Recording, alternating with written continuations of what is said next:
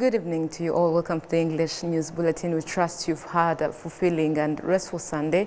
Happy Father's Day to all fathers following us. Now let's kick off this edition with the headlines. Security organs here in Rwanda have given assurances that the period of the presidential and parliamentary elections will be secured, but also urged members of the general public to have in an orderly manner, respecting all candidates regardless of who they decide to support. Some Muslims around the country testify that since the genocide against the Tutsi was stopped 30 years ago, these years have been a journey towards development, which they attribute to the government, to the good governance. On the international scene, African says it is pivotal that a man be able to cater for his family and prepare for his children for adulthood, for him to be called a father.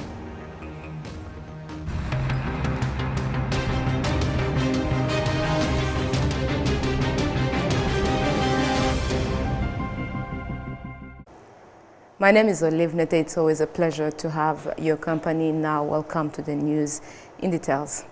Now, security organs here in Rwanda have given assurances that the period of the presidential and parliamentary elections will be secured, but also urged members of the general public to behave in an orderly manner, respecting all candidates regardless of who they decide to support, and to show the same sort of respect towards the supporters of other candidates and political parties.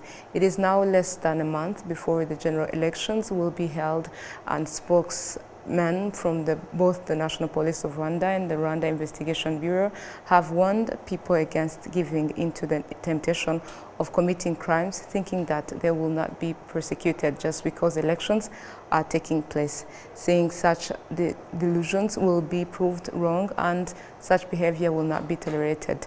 The National Electoral Commission has issued strict directives regarding the campaign period, forbidding the sort of rivalry that exists between competing candidates and political parties that leads to attempts to tarnish the image of others, saying in one quote, engaging in such behavior will have to explain themselves in a country of law, and the campaign period is set to begin this coming Saturday. To other matters, some Muslims around the country testify that since the genocide against the Tutsi was stopped 30 years ago, these years have been a journey towards development, which they attribute to good governance. This was reiterated on Sunday during the Eid al-Adha celebrations, also known as the Feast of Sacrifice. We have details. On Sunday morning, thousands of members of the Rwandan Muslim community gathered at the Kigali Pele Stadium for morning prayers ahead of celebrating Eid al-Adha, also known as the Feast of Sacrifice. After the prayers, Muslims celebrated the day in various ways with their families, particularly mindful of and in awe of the country's development achievements over the past 30 years. In these past years, we have witnessed tremendous changes, such as asphalt roads, street lights and painted houses, which have increased their value. In particular, Muslims who live in Nyamirambo, a place known as Birjogo, believe that the area's growth has been a catalyst for development, as Mugiraneza Safe, who does business in the area, explains. People from various places such as Kachiru, Kanombe and even from other countries come here because of our services. They want to visit this place known as Birjogo.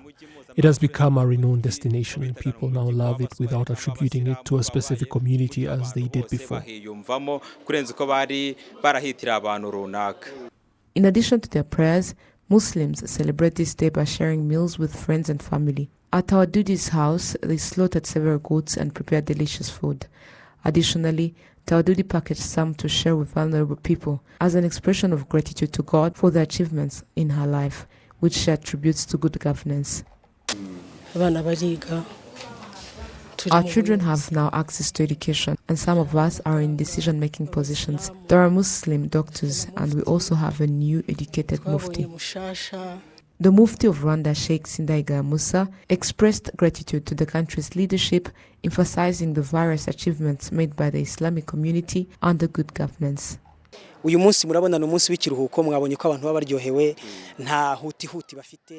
Today being a holiday, you notice how people are enjoying themselves and are not in a rush. All Rwandans are enjoying the holiday, even though it coincides with a Sunday, a weekend. The Ministry of Public Service also declared Monday a public holiday, which is something great to consider. As Muslims, it is an act of value. We are grateful for the achievements and contributions of Muslims in the community to the country's development. We can see Muslims in decision-making positions, including the cabinet, parliament, the army, the police, and various other sectors. Additionally, some Muslims are active in the business sector. We attribute this to the opportunities the country provides to residents equally without discrimination.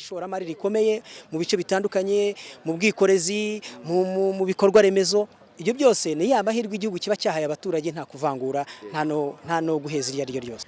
The Mufti of Rwanda, Sheikh Sindayigaya Musa, also encouraged Muslims to actively participate in the upcoming presidential and parliamentary elections scheduled for next month in July. Tugomba kugira uruhare mu matora dufite mu gihugu cyacu. We urge the Muslim community to participate in the upcoming presidential and parliamentary elections slated for the 15th of July. We encourage all Muslims to take part in electing exemplary leaders who will contribute to building the country.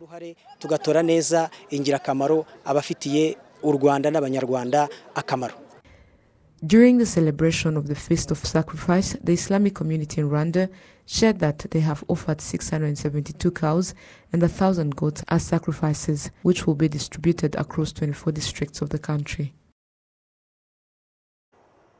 To more news, former businessmen and women who are no longer engaged in such commercial activities that require that they pay specific taxes are asking that their TIN numbers be erased and any arrears and fines associated with them also be eliminated. This is after incurring losses that forced them out of business.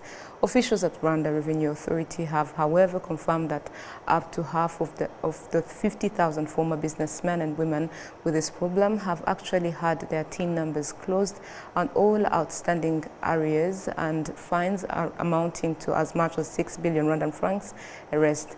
Most were small-scale businesses owners whose establishments did not survive the negative economic impact of the COVID-19 pandemic. RRA has for some time now been urging such people to come forward to have their TIN numbers closed so that arrears and fines stop racking up, even though they are no longer engaged in commercial activities. Because of the process is not digital, many such TIN numbers are now being closed regularly. RRA has also reported of 123,000 document TIN numbers that are not incurring arrears and fines. To other matters, according to the World Bank, every year the world loses 10 million hectares of forests due to housing expansion, including in Rwanda. If this issue is not addressed, low-income countries could lose 10% of their annual GDP by 2030. We have details on the story. In many master plans for buildings, designated areas for forests are often indicated. However, during construction activities, these planned forest areas can sometimes be overlooked or displaced. Construction expert Edmund Ayuk Bawak confirms that although the trees they have planted have not yet matured in the current construction site of over 500 houses, he emphasizes that within 3 years, significant growth is expected. Trees grow over a period of time, and every tree we have, there are those which grow after a period of say 6 months. That's when you start seeing the fruit of the trees. There are those that actually take real shape after a period of 1 year, and it's over a period of time that you get to appreciate the architectural presentation of what we showed you of our estate. You can't see it from when we are still under construction. No, you just can't. But I believe in 2-3 years to come, you'll definitely enjoy and see what we showed you in picture, how it's materializing in the physical. However, informal housing remains a challenge. Globally, over 1 billion people reside in unplanned settlements, and Africa accounts for nearly 25% of this proportion. Entrepreneur George Ndinga Tafon, active in the real estate industry, emphasizes that there are adhered to Rwandan laws that include proper management of waste and water usage in housing. The treatment of the wastewater and also the flow of the water around the estate is carefully directed to a channel which is in accordance with the norm of Rwanda, which actually empties itself in a particular place. Right? We also now have hundreds of houses that use one particular central sewage. This central sewage, it's a modern one that the sewage is treated and the water release is fit for the environment. Population growth rate of 2% per year, Rwanda is projected to have over 22 million people by 2050, requiring more than 5.5 million shelters. Alphonse Rukawurandekwe, the Director General of the Rwanda Housing Authority, emphasizes that between 30% to 40% of housing should be allocated for gardens, forests and other environmental protection activities. Ku mategeko yo mu Rwanda tugomba kuba dufite nibura 30%. According to Rwandan laws, at least 30% of spaces must be allocated for green areas. In many cases, this allocation reaches 40%. Whether in housing planning, construction activities, or supervision, it is important to respect these percentages. We strive to follow these guidelines in all of our construction activities. Environmental expert Professor Matthew Adams notes that despite the expanding population in Rwanda, he confirms that the afforestation efforts made in the last 30 years are outstanding. Hearing about the reforestation projects of RIMA, it sounds like there's been tremendous work done in the past 30 years, especially more recently. And with the goals that I heard at World Environmental Day, it just sounds like the entire country has a very great focus of a community and a clean environment and a healthy environment. And the direction this country is going, from what I know and what I've learned, it's one of the leading countries around the world for the environment. The collective push is so beneficial, and I'm so excited to see how it will evolve and change over the coming years. According to the World Bank, the world loses 10 million hectares of forests every year. If the issue is not addressed, low-income countries could lose 10% of their annual GDP by 2030. This loss also impacts the lives of more than 7 million people annually who suffer from polluted air. Developing resilient cities with lower carbon footprint. To religious matters, the Association of Baptist Churches in Rwanda has coronated Bishop Eliza Fan Ndayambaje as its head, a position he is to serve in for the next 5 years. The bishop had previously been heading the association in the eastern province of the country and says he now intends to work for the development of all believers on all fronts. Following his coronation, Bishop Eliza Fan Ndayambaje immediately appointed Bishop Japhet Murugero as his deputy and Bishop Cyprien Kwibeshyera as his successor in the Eastern Province.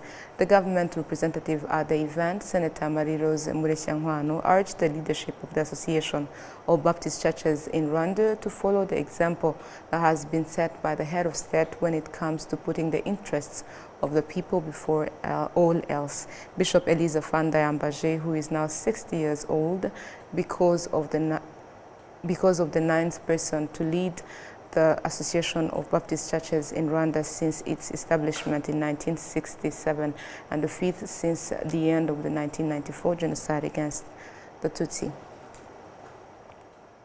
To other matters, as the National Youth Council gathered for the 26th time in Camp Kigali, about 1,000 youth from all different districts of Rwanda received the counsel of loving, improving, protecting their own country. Inez Akecha with details. The General Assembly of the National Youth Council emphasized the youth to be concerned and participate in developing their own country. They are the future of the country, and it is up to them to improve, develop, and keep the peace that was fought by their elders. Colonel Mugisha Innocent, one of the senior officers in the Rwandan Defense Forces, shared with the youth the hard journey that Rwandans faced in the past years. He touched on the inequalities, chaos, and divisions within the country. During his youth years, they struggled to live peacefully in their own country. They had to fight to gain back their own country. He encourages the youth to love, build their own country, and avoid any distractions like drinking or taking drugs. As the future of Rwanda, they are required to think bigger and improve their own country as one. The Rwandan youth are looking forward to support and improve their own country in massive ways. Learning from their elders' struggles, it inspired them to work together and think bigger in ways that would positively impact the country. We have come so far. Like the youth from back then, I felt sorry for them because there are so many things they couldn't be able to do, mostly for girls. Like they couldn't afford schools, they couldn't afford to do any kind of things that were going to make to survive for their life. But if we come back to this point, at this time in our generation, we have so many opportunities. We as youth, we have just discovered that there's so much to do to keep going in this life. We have to work together, we have to help each other no matter what, and most of all, we don't have to give up. In the past, only the youth are the one that took the first step to maintain peace and security in this country, and moreover to develop it. And for us, we should be starting to develop it from what we are seeing today and make a future for our country. In this assembly, the coordinator of the National Youth Council, Francis Nyamaswa, stated that the youth should participate with a volunteering spirit to develop and improve the country. As we are working with the government through volunteering activities, we need the youth to maintain a volunteering spirit. We want an amazing youth that will inspire and expand the country. Parfait Busabizwa, the permanent secretary of the Ministry of Youth and Arts, stated that from the last 30 years, the country has achieved a lot of things, and the youth is required to put in effort in supporting and expanding their own country in tremendous ways. The head of state keeps reminding us that the future of Rwanda is in the hands of the youth, which means they have a big part in developing the country and upgrading themselves, including the participation within the government. Looking at the past years, this country has come so far and achieved so many things that we must keep developing by looking forward. In 2050, we want to see the youth implying and expanding their country in tremendous ways. The National Youth Council received the youth from different districts, and they're required to contribute and participate well in the coming elections this July 2024. They're given the opportunity to vote for leaders that will impact Rwanda in tremendous ways. Ineza Kitia, RTV News. Thank you, Ineza, for the details. Now, as we have said, today is Father's Day, and Rwanda has joined the rest of the globe in celebrating Father's Day.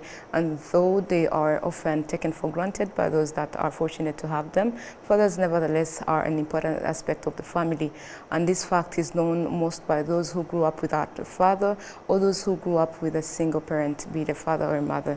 With us now in the studio, we have such a person, Mireille Karera. Welcome back to our studio. Thank you for having me back. Yeah. Can you begin by telling us, our viewers, what it is like for you growing up in the household where you are with either a mother or a father? How was it like? Yes, thank you. Allow me to just acknowledge you first for having me back.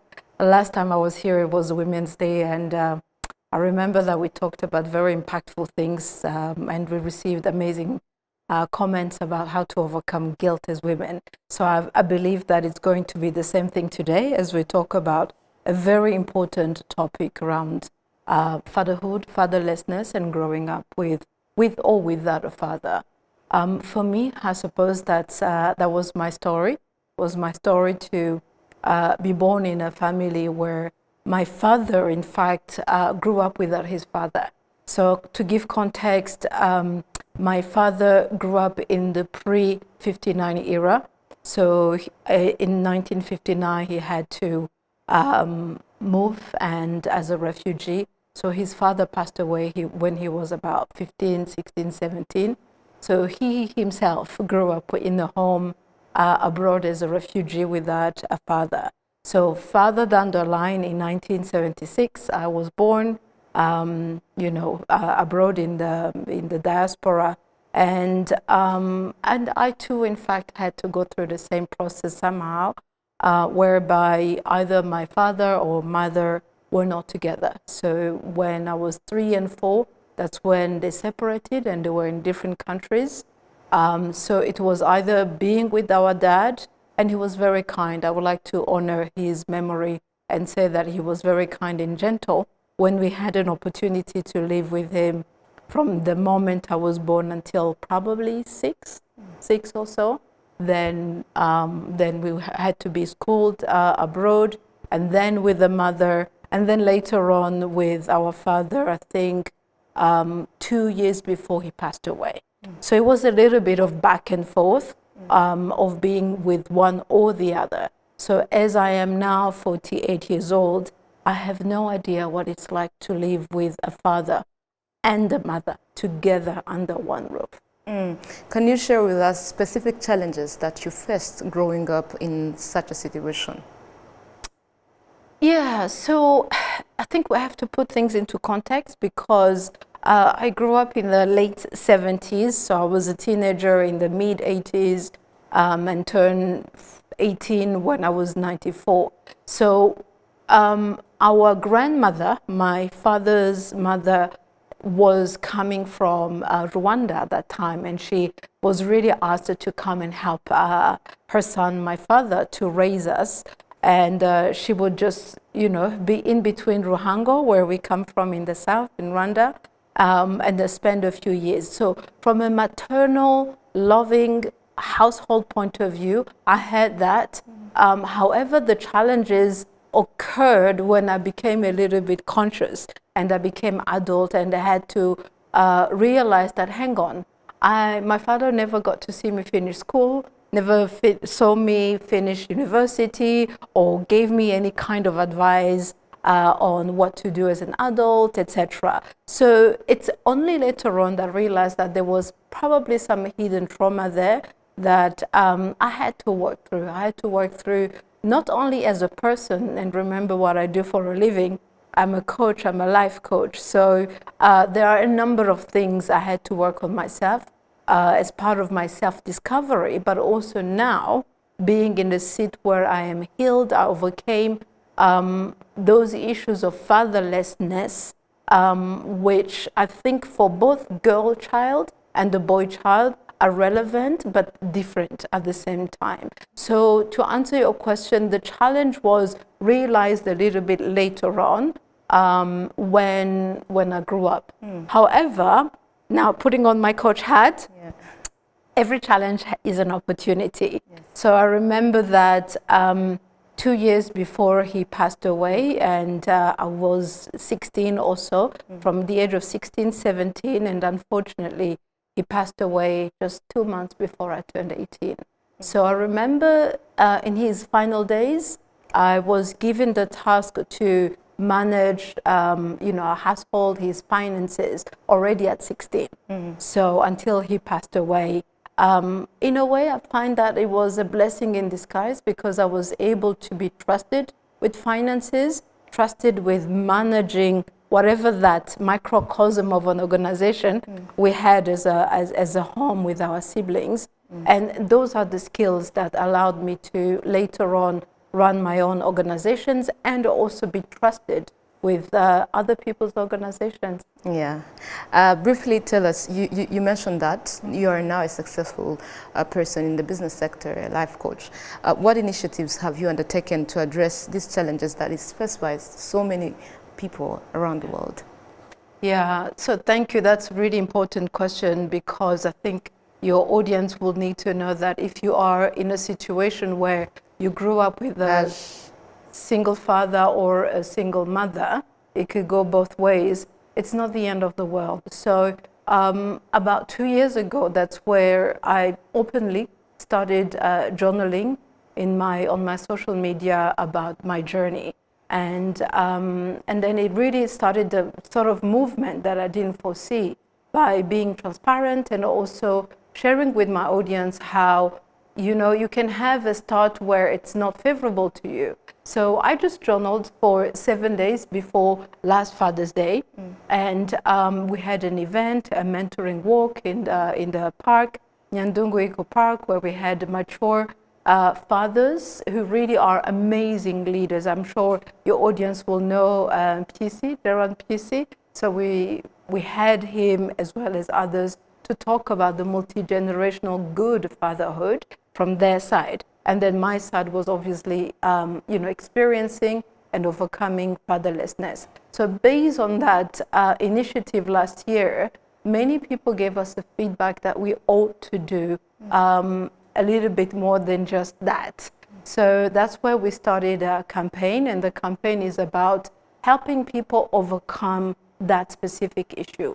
And with that, the campaign, by the way, it's called forsaken for a sake, and forsaken, which means abandoned, because when you are a single parent household, that means someone somewhere has abandoned the child. So if you are that person, you should not feel forsaken, because there's a purpose, as I found a purpose for myself. So we started our campaign, and now we are in the process of starting up a mentoring program, not only for the children, but also for those who are now mature like me, who can become mentors, be it men or women, to ensure that people are healed. Yeah, time is not on our side, but I would like to ask you one last question. What advice would you give to young people who are currently growing up in a single-parent household and maybe facing similar challenges in 1 or 2 minutes? Yeah, in 1 or 2 minutes. I would say both to the children, educate yourself. And nowadays we are in an information age where you can easily find resources. But more importantly to fathers, make sure that you speak, you talk. Whether you yourself went through an issue of growing up without an example, a role model, there are resources. And we invite you to be part of that mentoring program, whereby we will not only have the children, but also the both mature mentors and mentees. And we'll be more than happy to give you more details on what's available in terms of resources to overcome that. And may I just say that you're never alone. You're never alone. And what it takes is just to be open. Yes, the traditions, the cultures, and multiple generations that are at play may not make it easy for the older generations to speak up. As they say, our great-grandfathers or grandfathers might be in the silent generation, meaning that they may be silent and not talk a lot about their own issues, such as my father and his father, and now we are the 3rd generation. But the 4th generation has to be different. Thank you very much, Mireille Carrera, founder and managing director of Cora Coaching. Thank you for taking time to speak to Rwanda Television. It's always a pleasure.